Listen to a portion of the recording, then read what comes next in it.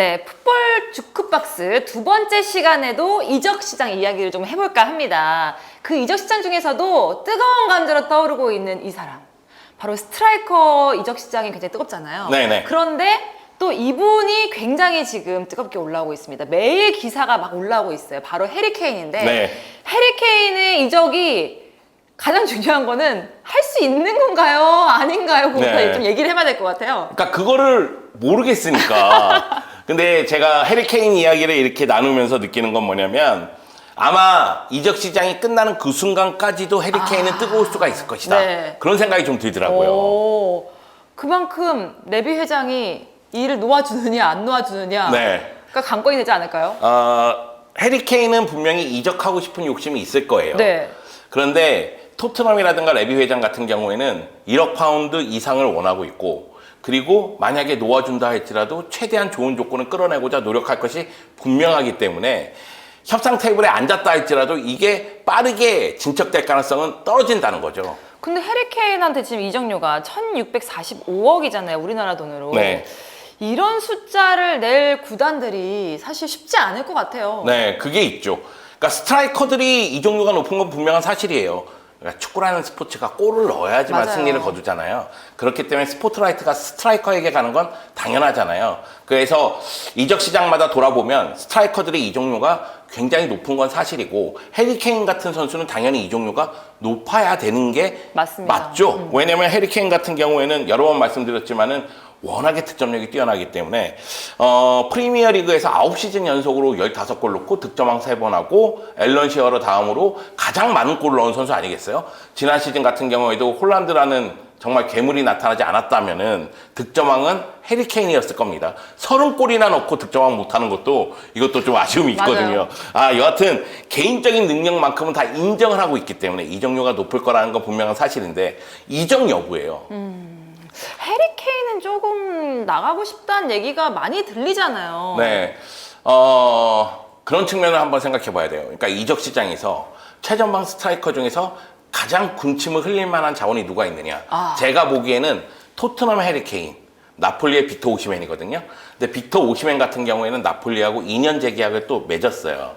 근데 해리 케인은 2024년 6월까지가 계약이 되어 있기 때문에 이번 여름에 토트넘이 팔아야지만 이적료를 챙길 수가 있습니다. 만약의 경우 그냥 간다면 재빠르게 또 재계약을 해야 돼요. 그런 상황이거든요. 그런 측면에서 봤을 때는 이적하기에 좋은 타이밍은 2023년 여름, 바로 지금 아닌가 이런 생각이 좀 들긴 하고, 또 하나는 케인 입장에서는 아까 전에 얘기했다시피 개인 기록은 어마무시하잖아요. 그렇죠. 그런데 우승 기록이 없잖아요. 지금 마음속에 뜨거운 불꽃 하나 네. 갖고 있다니까요. 우승의 꿈을 가지고 있어요. 많은 위대한 선수들이 이적하는 배경을 보면 여러 가지 이유가 있습니다. 와이프가 쇼핑하기 좋은 곳, 아니면 자기의 그 종교적인 문제 때문에. 실제로 있죠. 네, 그런 거 되게 많습니다. 그런데 그 중에 하나는 우승할 수 있는 곳이에요. 근데 사실 그래요. 지금 말씀하셨던 건 전자로 와이프가 쇼핑할 수 있는 곳, 뭐 굉장히 내가 뭐 네. 빨리 뭐 다른 사람들하고 컨택할 수 있는 교통이 좋은 곳, 이런 것도 굉장히 중요하지만 나는 이렇게 실력이 좋은데 우승을 못 해봤다는 거, 그거는 이 앞에 것과는 다른 열망일 것 같아요. 그럼요. 엄청난 열망이죠. 저희는 해리 케인이 활약하는 거를 보면서 즐기고 있기 때문에 해리 케인이 얼마나 위대한 선수인가, 이 선수가 있었기 때문에, 물론 이제 손흥민도 있었기 때문에 토트넘이라는 클럽이 챔피언스리그 결승전까지 진출한 것을 지켜보긴 했지만, 먼 훗날 우리의 손자 손녀들은 네. 그냥 득점만 잘하는 애, 평가절하할 수도 있거든요. 그런 측면에서 봤을 때 우승 트로피가 필요한 거죠. 그래서 해리 케인도 우승 트로피를 위해서 움직일 가능성이 매우 높지 않겠느냐. 근데 해리 케인이 현실을 막 돌아봤어. 그랬더니 우리 팀은 프리미어리그 8위 팀이야. 이러면 해리 케인 너무 입장에서도 속상하죠. 이적하고 싶죠. 네. 토트넘의 상황을 한번 돌아보면 포체티노 감독 시절에 챔피언스리그 결승전까지 가면서 가능성을 보여줬단 말이에요. 근데 포체티노 감독이 떠난 다음에 레비 회장은 우승 트로피를 원했던 것 같아요. 네. 그래서 우승을 잘하는 감독을 데리고 오게 됩니다. 무리뉴 감독과 콘테 감독. 무리뉴 실패했죠. 콘테 실패했죠. 네. 특히 지난 시즌 같은 경우에는 감독이 나가고 감독 대행이 있다가 나가고 감독 대행의 대행이 있으면서 프리미어리그 8위를 차지했단 말이에요. 힘든 시기였죠. 나 해리 케인은 30골을 넣었는데 그러면 우승할 수 있는 팀으로 옮겨야 될 시기가 아닌가? 그리고 나 내년이면 30살이야. 이렇게 생각하면 내 나이 생각했을 때 지금 도전해야 된다. 이런 생각이 있을 수 있다는 거죠. 내년으로 갈수록 몸값은 더 낮아질 수도 있고. 그럼요. 그렇기 때문에 지금이 적기고 많은 기사들도 좀 K는 나가고 싶어 한다라고 얘기도 많이 하는데 근데 사실적으로 지금 이루어지기가 쉽지 않은 이유는 특히 맨유랑 링크가 많이 되잖아요. 네. 그런데 맨유는 지금 사실 이적료를 많이 지불할 만한 여력이 안 되고 또 다른 구단들도 좀 그럴 거고 뭐 이렇게 큰 천문학적인 금액이기 때문에 그런 상황 속에서 케인이 이적을 하기란 본인의 마음과는 다르게 좀 쉽지는 않을 것 같아요. 가장 큰 문제는 레비 회장이죠. 레비 회장은 해리 케인을 내보내고 싶은 마음이 없어요. 제가 보기에는. 네. 그래서 1억 파운드 갖고 와서 협상하자. 최소 이적료는 1억 파운드다. 네. 이렇게 얘기를 하고 있거든요. 그러다 보니까 관심을 가졌었던 뭐 레알 마드리드라든가 몇몇 클럽들은 관심을 포기했고 그리고 협상을 하고자 노력하는 팀들은 아마 많이 깎으려고 노력하겠지만 레비 회장이 또 그거 잘 안 깎아주거든요. 아니, 근데 왜 안 보내는 걸까요? 이유가 뭘까요? 지금 사실 어떻게 보면 이적료 받고 보내는 게 더 나을 수도 있는 입장인데 뭔가 생각이 있지 않을까요? 일단 레비 회장은 올 시즌 남기고 다음 시즌 성적을 내야 된다는 생각이 있는 것 같아요. 네. 포스테글로 감독이 오잖아요. 근데 포스테글로 감독에 대해서 좋게 보면 가는 데마다 우승하는 감독이고 나쁘게 보면 빅무대 경험이 없어요. 그렇죠. 그러니까 좋게 보면은 호주 A리그, 일본 J리그, 스코틀랜드 프리미어리그십 거기서 다 우승을 차지했던 감독이에요. 근데 나쁘게 보면은 프리미어리그 경험 있어? 없어요. 그러니까 이게 약간 양날의 검 같은 느낌이 드는데 포스테글로 감독 입장에서는 해리 케인이 있으면 당연히 좋겠다는 생각을 갖고 있겠죠. 그쵸. 레비 회장 입장에서는 1억 파운드가 제시가 온다면 협상하면서 나름대로 뭐 9천만까지도 한번 생각해볼까? 뭐 이렇게 생각할 수 있겠지만은 이 선수가 우리 팀의 상징적인 주체고 우리 팀에서 가치가 가장 높기 때문에 일단은 버티자. 그게 있고 또 한 가지는 아마 해리 케인이 토트넘을 너무나 사랑하기 때문에 재계약할 수도 있을 것이다. 이 생각을 좀 갖고 있는 것 같아요. 그리고 재계약에 실패한다 할지라도 다음 시즌까지는 가고 해리 케인이 떠나가려고 했을 때 그때 다시 한번 붙잡아 보자.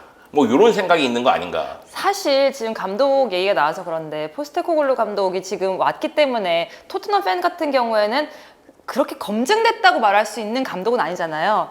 케인까지 떠나면은 좀 많이 흔들리고 케인 좀 남아있으면 좋겠다라고 속으로 많이들 생각하실 것 같다는 생각이 네. 들어요, 솔직히. 근데 제가 그 얘기 했잖아요. 지금 스트라이커를 영입하기 원하는 팀들은 역시 해리 케인과 오시맨을 보고 있다. 그 네. 얘기는 뭐냐면 다른 스트라이커도 있긴 있지만 그 선수들을 대체할 만한 자원들은 부족하다는 거잖아요. 그렇죠. 그럼 토트넘이 해리 케인을 팔아서 1억 파운드가 있다 할지라도 해리 케인의 빈자리를 메우기란 쉽지 않다는 얘기잖아요. 돈을 얼마나 그보다 더 쓰는지. 좋은 선수를 영입하는 건 정말 하늘의 네. 별따기다. 그러니까 그 급으로 찾기가 어려워요. 네. 그렇기 때문에 아마 레비 회장은 버티기에 들어갔고 아마 1억 파운드를 제시할 수 있는 팀이 있다면 연결이 될 겁니다. 지금 언론에서는 그런 얘기 많이 하잖아요. 해리 케인이 메뉴 가고 싶어 한다. 네. 그러니까 해리 케인도 그거예요. 이제 나이가 들어가기 때문에 새로운 도전을 하고 싶은데 그 타리그에서 리그 적응하고 거기 문화 적응하고 그러긴 쉽지 않다. 그렇기 때문에 프리미어 리그 내에서 이적하고 싶은 거예요. 그래서 메뉴로 이적하고 싶어 한다는 이야기가 굉장히 많이 나오는 겁니다. 그런데 레비 회장은 프리미어 리그의 라이벌 팀으로는 절대 보내고 안 싶은 보내. 마음이 없는 거예요. 그러다 보니까 이야기는 나오지만은 진척 사항은 없는. 전혀 없죠. 그리고 글레이저 매각 때문에 네, 또 맞아요. 문제가 있고. 그러니까 맨체스터 유나이티드는 지금 카타르 자본이 인수한다는 이야기가 있잖아요. 근데 이 사항이 생각보다는 느리게 진행되는 것 같아요. 빨리 뭔가 인수가 되면은 갑자기 큰 액수로 데려올 수는 있겠죠. 하지만 근데 그게 진척이 얼마나 될지는 모르는 거니까. 네. 그래서 저는 만약의 경우 해리 케인이 이적한다면은 결국 메뉴 아니면 파리 생제르맹 같거든요. 네. 느낌상. 네. 네, 이거 느낌입니다, 여러분. 내피셜입니다. 네, 제 느낌은 그렇게 좋은 상황은 아니죠, 여러분. 여하튼 그럴 것 같거든요. 왜냐면 결국 카타르 자본이 들어와서 무언가 야망을 보여준다? 그러면 해리 케인만큼 좋은 자원이 없어요. 그래서 해리 케인을 영입할 수도 있겠다는 생각이 드는데 거의 이적 시장 말에 이루어지지 않을까 그런 생각이 들고 파리 생제르맹 입장에서는 메뉴가 접근하기 전에 냈다 질러버리는 거죠. 1억 파운드 질러? 이럴 수도 있잖아요. 있죠. 가능성 네. 있죠. 왜냐하면 파리 생제르맹도 맨시티처럼 되고 싶죠. 5일 자본이 들어와서 계속해서 프랑스 리그를 정복했는데 챔피언스리그 결승전에 갔지만은 우승을 못했잖아요. 그래서 파리 생제르맹도 챔피언스리그 우승에 대한 간절함이 있죠. 그런데 메시, 네이마르, 은바페가 같이 뛰었는데 이게 안 되네? 한번 경험했잖아요. 그래서 아예 최전방에 확실한 스트라이커가 있으면 좋지 않겠느냐? 그러면 해리 케인이라는 거죠. 또는 오시맨. 그렇기 때문에 아마도 해리 케인 쪽에 좀 제안을 하지 않을까 그 생각은 듭니다. 다만 제가 지금 얘기한 뭐 메뉴도 똑같고 파리 생제르맹도 똑같은데 해리 케인도 레비 회장 때문에 상당히 협상하기 어려울 거고요. 나폴리의 데 라우렌티스 회장도 유명합니다. 협상하기 굉장히 어려운 사람으로 유명해요. 그래서 오시맨 영입하려고 하더라도 협상하기 정말 어려울 겁니다. 그러면 만약에 손케가 이번 시즌에 남는다라고 한다면 어떤 그림이 될까요? 포스트코글루 체제에서. 근데 저는 일단 새로운 감독이 어떤 전술을 쓸지를 좀 봐야 되겠고요. 그리고 지금 어떤 방향으로 가고자 노력할지를 좀 봐야 될 것 같아요. 이게 왜 그러냐면 일단은 이적 시장에서 선수들을 어떻게 영입하는지를 봐야 돼요.